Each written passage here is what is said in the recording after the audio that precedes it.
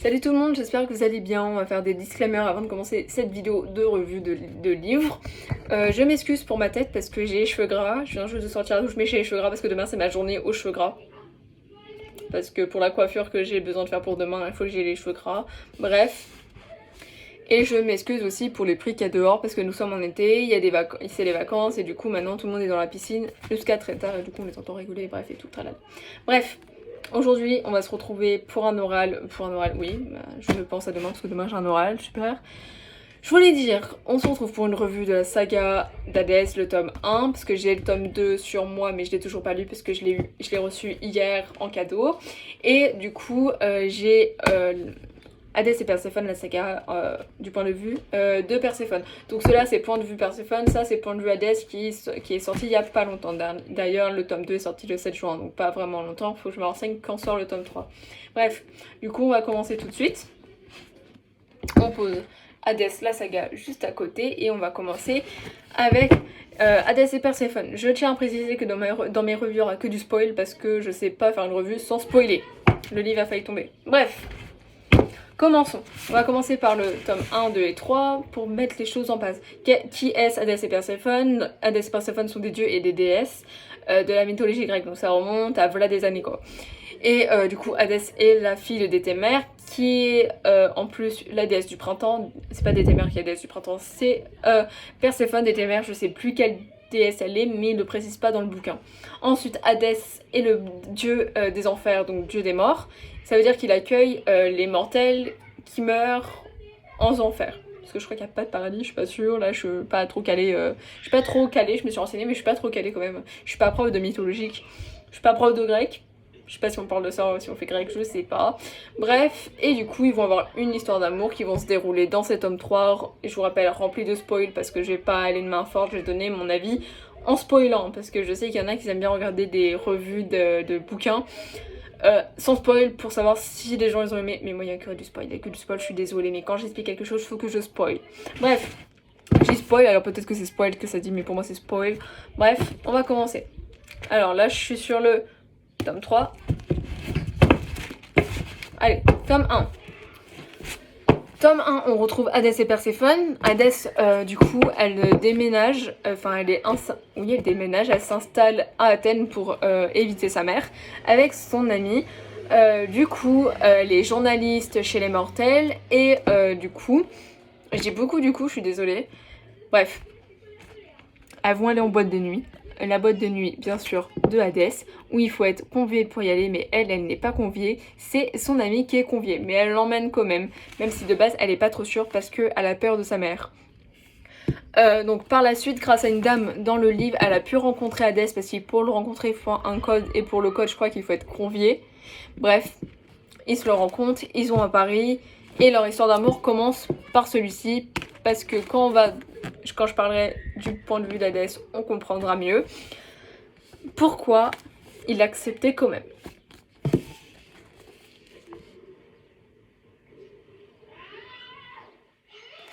Bref, là c'est ce que j'ai, en fait je lisais derrière et du coup c'est ce qu'il dit.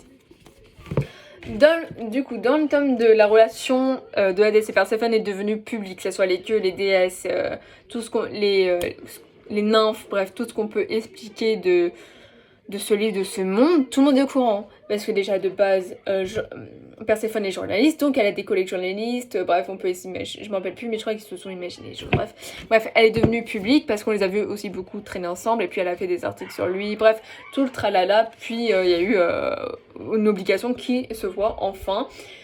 Du coup, il y a des choses qui se sont empirées, des disputes, etc., etc. Et en fait, elle a été déçue de Hadès parce qu'en fait, elle a vu qu'une façade de Hadès et pas les plusieurs façades qu'elle a pu rencontrer avant ce qu'elle a vu dans le tome 2. Parce que Hadès n'est pas très très gentil, hein, c'est le dieu des enfers, donc aucune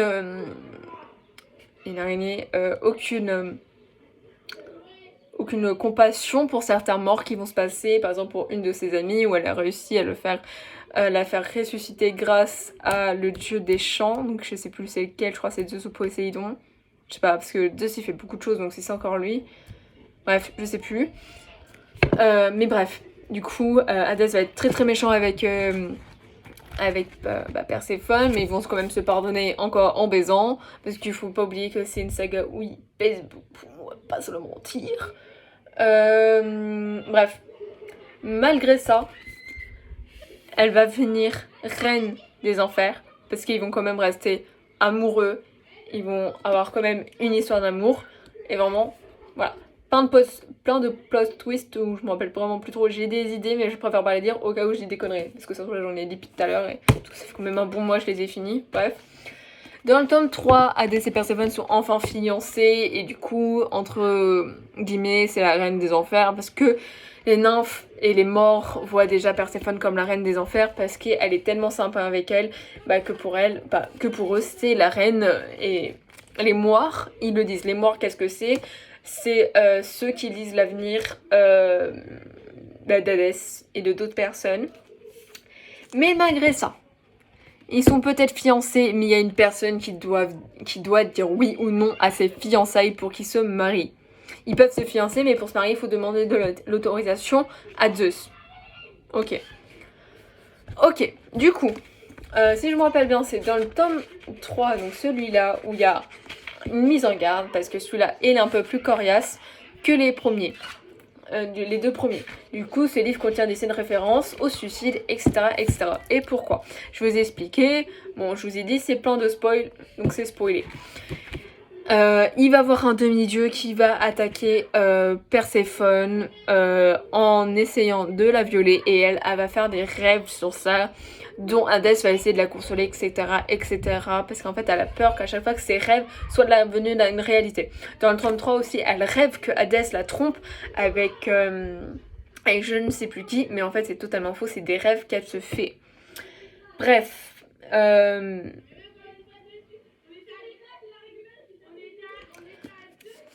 Donc voilà.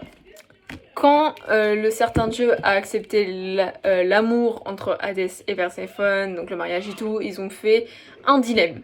Un peu comme Andromaque. Oui, je sors mes cours en pleine vidéo. Un dilemme. Comme Andromaque, c'est soit tu épouses Pyrrhus et tu sauves ton fils, soit tu l'épouses pas et tu tues ton fils, en fait, tu vois. Sauf que là, c'est pas ça. Là, c'est, ok, tu épouses Hadès, mais t'auras pas d'enfant. Et si tu tombes enceinte, on te le prend. Par contre, si tu l'épouses pas, tu peux faire ce que tu veux, avoir les gosses, mais voilà, mais tu l'épouses pas en fait. Donc tu seras jamais la reine des enfers, bref. Officiellement, tu seras qu'une maîtresse. Voilà. C'était un peu ça. J'espère avoir bien expliqué. Du coup, on va passer au Hadès et Perséphone, à la saga d'Hadès, donc tout au point de vue de Hadès. Donc là, je les ai pas à noter parce qu'il me reste ça de post-it. Et vraiment, même si j'ai adoré, que de base j'annote que les livres que j'adorais, mais comme celui-là je l'ai pas noté, je vais pas noter le 2. Puis j'ai annoté ceux-là, puis je pense que j'ai arrêté d'annoter vraiment parce que je retrouve plus de post-it à 98 centimes chez Action. Bref. Hadès, la saga d'Hadès. Donc c'est un peu ce que j'ai dit en avis sur Hadès et Perséphone, sauf que là on apprend un peu plus sur le dieu des enfers. Excusez-moi. Donc là, on va apprendre plusieurs choses. On sait que c'est les moires qui ont décidé que Hadès serait que Perséphone serait la future reine d'Hadès. En gros, au début, on pourrait croire, quand moi je l'ai lu, c'est ce que j'ai ressenti. On pourrait croire qu'en fait, au début, Hadès n'aime pas du tout Perséphone, mais qu'en fait, il va se mettre avec elle juste parce que les morts ont dit que ce serait la future reine des enfers et que ce sera sa future maîtresse, comme il l'appelait au début. Mais au final, il tombe amoureux, quoi.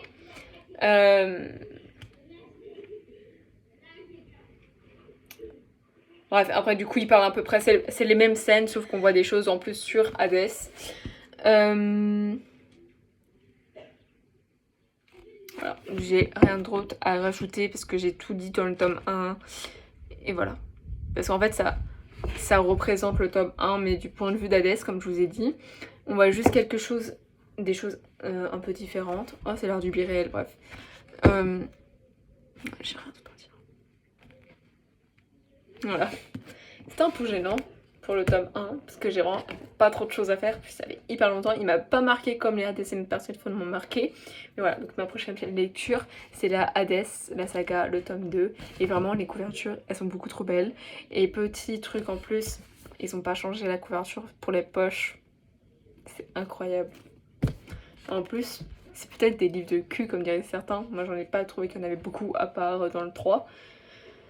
Vraiment une pépite. Et les couvertures on pourrait pas y passer qu'il y a du cul dedans en fait. On pourrait juste croire que c'est une petite histoire de fantasy, sans cul, enfin bref, sans smut. Incroyable. Et du coup là, où je vous retrouve dans une prochaine vidéo, ça sera peut-être la revue de celle-ci, ou une autre, sûrement une autre. Mais celle-là, vous devez l'attendre. Bref, bisous.